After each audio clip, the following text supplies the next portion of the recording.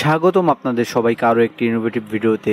আজকে আমরা তৈরি করব A4 size CNC 2D plotter machine. এটি আপনারা ভার্সিটি কিংবা বিজ্ঞান মেলায় প্রদর্শন করে সবার দৃষ্টি আকর্ষণ করতে পারবেন। তো দেরি না করে শুরু করা যাক আজকের ভিডিও।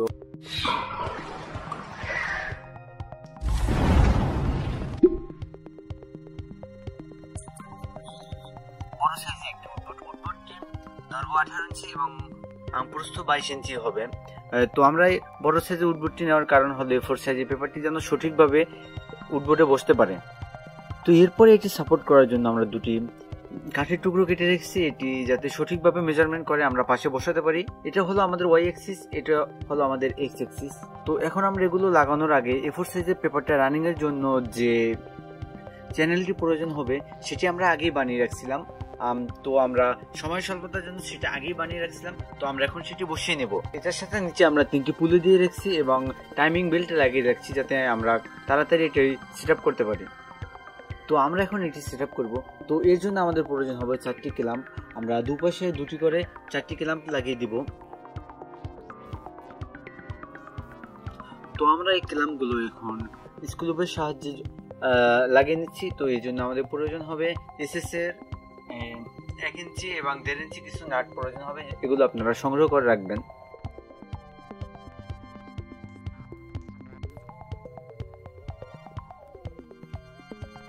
আমাদের এই পাশের নাটগুলো লাগানো শেষ, এখন আমরা ডান পাশের নাটগুলো লাগাবো। তো এক্ষেত্রে আপনাদের একটা কথা বলে রাখি, সেটা হলো এগুলো আপনারা সঠিকভাবে মেজারমেন্ট নিয়ে রাখবেন, তা না হলে একটু সমস্যা হলে আপনার প্রপারলি কাজ করবে না। তো আমরা এই পাশের নাটগুলো লাগিয়ে নিচ্ছি। তো এখন আমাদের চ্যানেলটা ইজিভাবে রানিং করতেছে, আশা করি আমাদের এর চ্যানেলে কোনো সমস্যা হবে না। তো এখন আমরা ওয়াই অ্যাক্সিসের জন্য 2টি চ্যানেল লাগিয়ে নিচ্ছি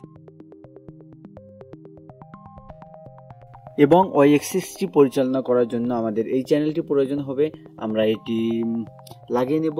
তো আপনারা এটি যে কোনো রোবোটিক্সের দোকানে পেয়ে যাবেন অথবা আপনারা অনলাইন সার্চ করলে পেয়ে যেতে পারেন। তো আমি আমার ভিডিও ডিসক্রিপশনে এটির লিঙ্ক দিয়ে রাখবো, তো আপনারা সেখান থেকেও নিয়ে নিতে পারেন। তো এই ক্ষেত্রে অনেক সময় লিঙ্কগুলো ডিজেবল হয়ে যায় আমরা কোনো পণ্যের লিঙ্ক দিলে, সেক্ষেত্রে আপনারা অবশ্যই একটু ঘাটাঘাটি করে নিয়ে নেবেন। তো আমরা এখন এটি লাগিয়ে নেব। তো এটির সাথে আমি টাইমিং বেল্টটি আগেই লাগিয়ে রাখছিলাম যাতে আমাদের খুব তাড়াতাড়ি হয়ে যায়। এই প্রজেক্টটি রানিং করার জন্য আমাদের 2টি স্টেপার মোটর প্রয়োজন হবে নেমা 17। তো আপনারা এটা যে কোনো রোবোটিক্স বা প্রজেক্টের মালমাল যারা বিক্রি করে তাদের কাছে পেয়ে যাবেন। টির বাজার মূল্য হলো বাংলাদেশে 800 থেকে 1500 টাকার ভিতরে রাখবে। আমি 2টি নিয়েছিলাম 1600 টাকায়, আপনারা দরদাম করে নিয়ে নেবেন। এই মোটরগুলো ও টাইমিং বেল্টের সাথে অ্যাডজাস্ট করার জন্য আমাদের প্রয়োজন হবে 3টি পুলি, আপনারা এগুলো রোবোটিক্সের দোকানে পেয়ে যাবেন। তো আমরা একটি পুলি স্টেপার মোটরের সাথে লাগিয়ে নিচ্ছি এবং আমরা এখন স্টেপার মোটরটি ওয়াই অ্যাক্সিসের সাথে লাগাবো। আমরা এখন ওয়াই অ্যাক্সিসের সাথে লাগানোর জন্য ট্রাই করতেছি, নাট বোল্ট দিয়ে ভালোভাবে লাগিয়ে নেব যাতে এটি কোনো লুজ না হয়ে যায়। তো আমরা এটি নাট বোল্ট দিয়ে ভালোভাবে লাগিয়ে নেব যাতে এটি কোনো লুজ কানেকশন না পায়। আমরা দেখতে পাচ্ছি আমাদের টাইমিং বেল্টে অনেকটা টাইট রয়েছে। তো সেক্ষেত্রে আমাদের যে পাশে মোটর তার বিপরীত পাশে আমাদের টাইমিং বেল্টটি লুজ করার জন্য একটা চাবি থাকবে, সেটির মাধ্যমে আমরা টাইমিং বেল্টটি লুজ করে নিব। আমরা এখন দেখতেছি আমাদের এক্স অ্যাক্সিস এবং ওয়াই অ্যাক্সিস কানেক্ট হয়ে গেছে। তো আমরা এখন দেখতেছি যে খুব সহজভাবে চ্যানেলটি মুভ করতেছে। এখন আমাদের প্রয়োজন হলো একটি পেন হোল্ডার, যেটি আমরা অনেক আগে বানিয়ে রাখছিলাম আমাদের ভিডিও ও যেন লং না হয়ে যায়। তারপর আমাদের ভিডিওগুলো অনেক বড় হয়ে যাচ্ছে, কারণ এটি প্রতিটি স্টেপ ওয়াইজ না দেখালে আপনি কোনো স্টেপ মিস করে গেলে আপনি এটি কখনো রান করাতে পারবেন না। তো সেজন্য আমি যতটুকু সম্ভব তাড়াতাড়ি করে দেখাচ্ছি। হোল্ডারের সাথে আমরা একটি সার্ভো মোটর লাগিয়ে নিচ্ছি এবং কলমের একটি ক্লিপ লাগিয়ে নিচ্ছি এর ভিতরে, এবং আমরা এটা চ্যানেলের সাথে কানেক্ট করার জন্য আমাদের 3টি পুলি প্রয়োজন, আমরা 3টি পুলি লাগিয়ে নিব। তো আমাদের পেনটা আপ এবং ডাউন করতেছে, তো এর ভিতরে আমরা একটি স্প্রিং দিয়ে রাখছি যাতে পেনটি সহজে আপ এবং ডাউন করতে পারে। এটি সাপোর্ট করার জন্য আমাদের দিয়ে আমরা একটি অ্যাঙ্গেল বানিয়ে রাখছি যেটি আপনারা খুব সহজেই বানাতে পারবেন। আমরা এখন দেখতে পাচ্ছি এটা সঠিকভাবে কাজ করছে, যখন সার্ভো মোটর মুভিং করবে তখন এটা কাজ করবে বোঝা যাচ্ছে। আশা করি কোনো সমস্যা হবে না। গ্লু গান দিয়ে শক্তভাবে লাগিয়ে নিচ্ছি যাতে ঢিলা না হয়ে যাবে।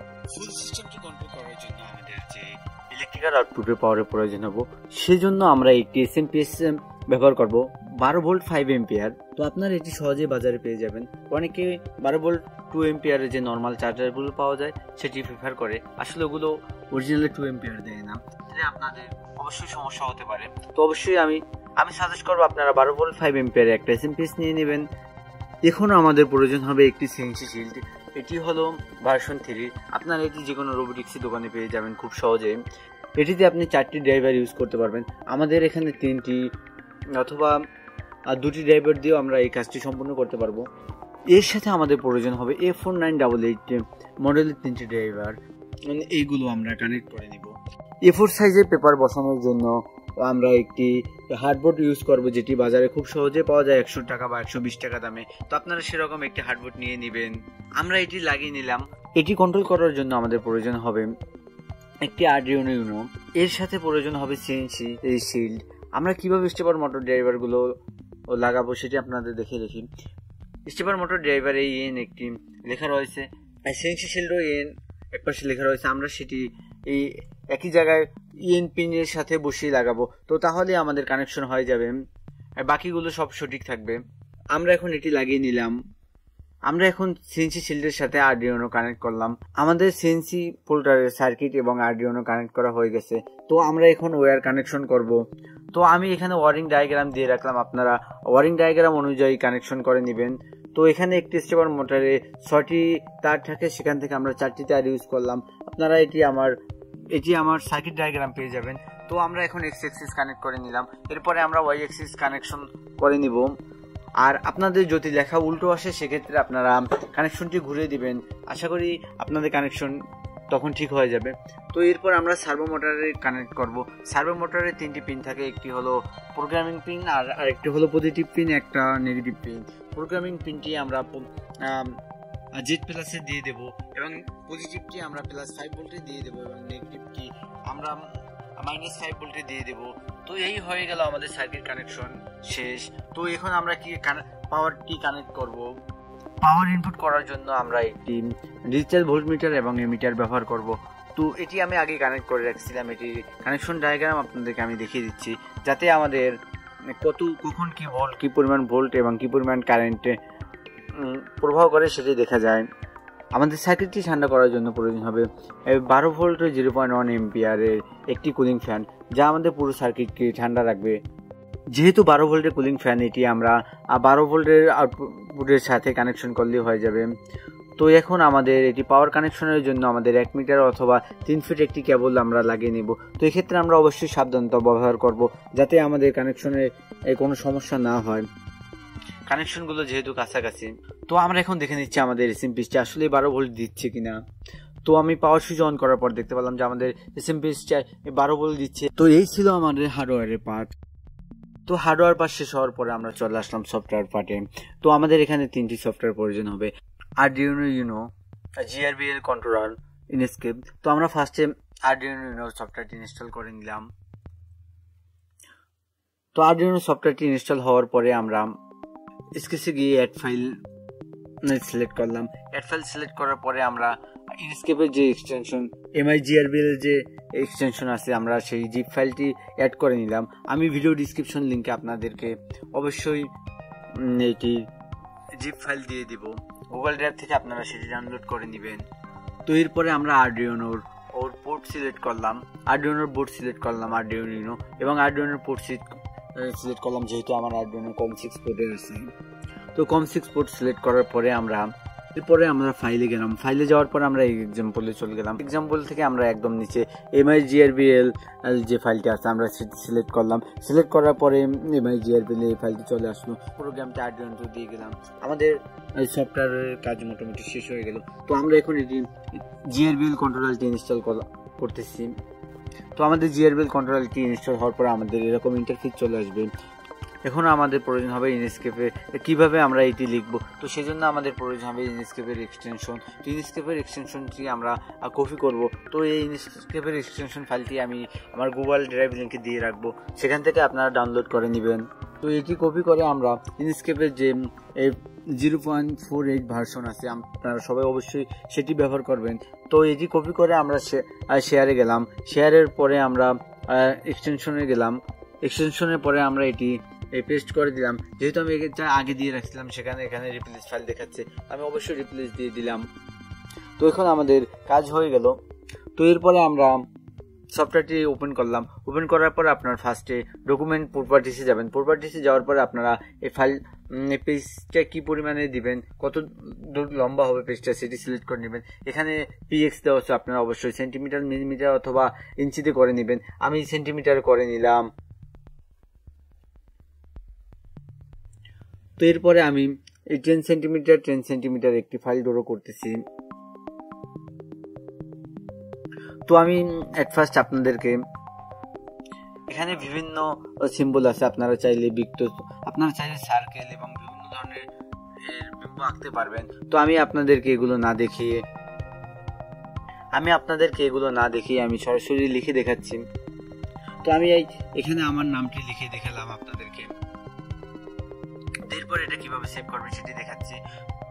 আপনারা চাইলে এখান থেকে বিভিন্ন ফন্ট সিলেক্ট করতে পারবেন, বিভিন্ন ফন্ট এবং লেখার সাইজ বড় ছোট করতে পারবেন। তো আমাদের এটি সিলেক্ট করার পরে আমরা আপ অ্যান্ড ডাউন করা যাবে। তো এরপরে আমরা এটি পাতে যাওয়ার পরে অবজেক্ট টু পাতে দিব, অথবা শিফট Ctrl+C দিলেও হয়ে যাবে। এরপরে এটা সেভ করার জন্য এক্সটেনশনে যাবেন। এক্সটেনশনে যাওয়ার পরে MIGRBLZXC সার্ভো কন্ট্রোলে ক্লিক করবেন। তারপরে সামনে যে ফাইলটি শো করবে MIGRBLZXC সার্ভো কন্ট্রোল, ওটি ক্লিক করার পরে আপনাদের এরকম একটি ইন্টারফেস চলে আসবে। এখানে দেখা যাচ্ছে যে সার্ভো আপ M3 এবং সার্ভো ডাউন হলো M5। তো এখানে এক্স অ্যাক্সিস স্পিড দেখাচ্ছে 1000 দেওয়া এবং ওয়াই অ্যাক্সিস 1000 দিয়ে রাখছি। অবশ্য কম দিলে মোটরের স্পিড আরও কম হবে। তো এখানে সার্ভো অ্যাঙ্গেল আমি 45 ডিগ্রি দিয়ে রাখছি। আপনারা কী পরিমাণ উপরে সেট করবেন সেই অনুযায়ী আপনারা কি বাড়িয়ে কমে দিয়ে নেবেন। তো এখানে ডিলে 1.0 দিয়ে রাখবেন। এরপরে আমরা এটি কিভাবে সেভ করব সেটি দেখানোর জন্য আমরা যে জায়গায় সেভ করে রাখবো সেখানে আমরা যাব। তারপর ফাইল লোকেশনটা, তারপর এখানে এনে আমরা পেস্ট করে দিব। এবং নিচে ফাইল নেম আপনারা কি নামে সেভ করবেন ফাইলটি সে নামে লিখবেন। আমি আমার নামে লিখে নিচ্ছি। আমাদের ফাইলটি একবার অ্যাপ্লাই দেওয়ার পরে সেভ হয়ে গেলে এরপর আপনারা ক্লোজ দিয়ে কেটে নেবেন। জি ফাইল তৈরি হয়েছে, এই হলো আমাদের সেই জি ফাইলটি। তো আমরা এখন চলে আসলাম সরাসরি GRBL কন্ট্রোলে। এখানে আমরা বাইট রেটটা সবচেয়ে বেশি যেটি ওটি দিয়ে রাখছি। তো এখানে আমার কম 6 দেওয়া, সেটিও অবশ্য আগেই বলে রাখছিলাম আপনাদেরকে। এখন আমরা এটি কানেক্ট করে নিলাম।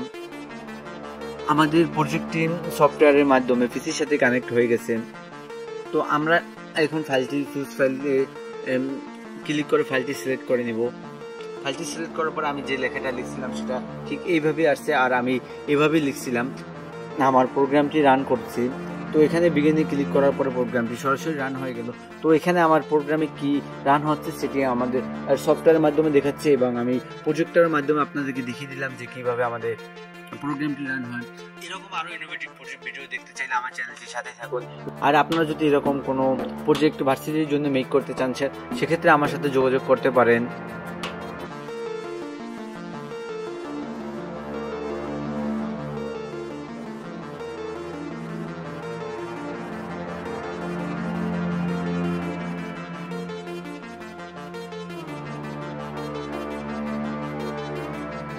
এই ছিল আমাদের ফাইনাল আউটপুট। এখানে আমি আমার নিজের নাম এবং আমার বন্ধু পলাশের নাম লিখে দিয়েছি। তো এরকম আরো ইন্টারেস্টিং ভিডিও পেতে চাইলে আমার চ্যানেলটির সাথে থাকুন। তো আজকের ভিডিও এই পর্যন্তই, দেখা হচ্ছে পরবর্তী কোনো ভিডিওতে। ততক্ষণ পর্যন্ত ভালো থাকুন, সুস্থ থাকুন।